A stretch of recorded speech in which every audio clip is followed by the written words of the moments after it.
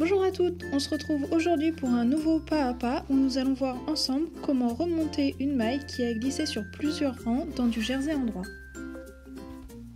Donc comme on peut le voir sur l'échantillon que j'ai ici, j'ai beaucoup de mailles qui ont glissé, j'en ai jusqu'à 6. Donc 3 dans la partie en jersey et 3 dans la partie en mousse. La première étape est pour éviter que les choses s'aggravent un peu plus qu'elles ne le sont.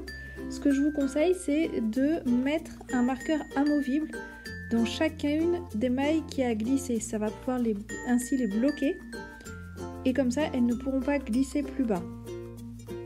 Donc il faut faire bien attention à prendre tous les brins de la maille le plus possible parce que si on n'en prend qu'un bout, après ça va être un peu plus compliqué pour remonter la maille correctement en ayant vraiment toute la maille qui vient avec nous.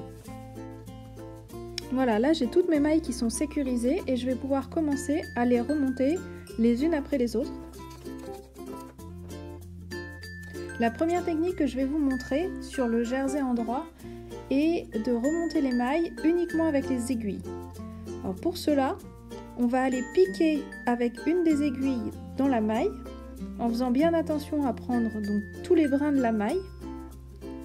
Moi j'utilise l'aiguille de gauche, on peut très bien le faire avec l'aiguille de droite aussi, mais je trouve ça plus pratique avec l'aiguille de gauche.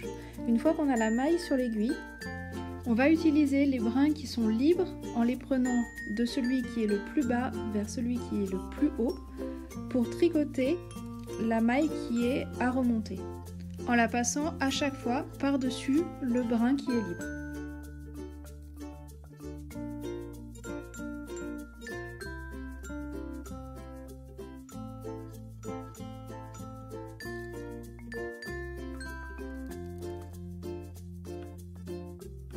La deuxième méthode consiste à utiliser un crochet.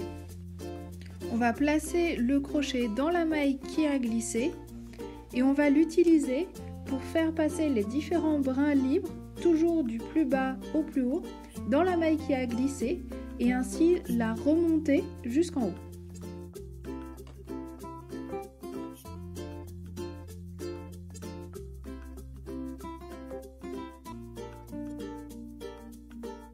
Quand on a deux mailles qui ont glissé l'une à côté de l'autre, on les remonte l'une après l'autre.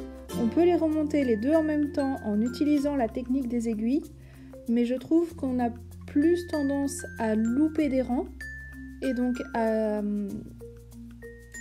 louper des brins derrière que si l'on le fait avec le crochet.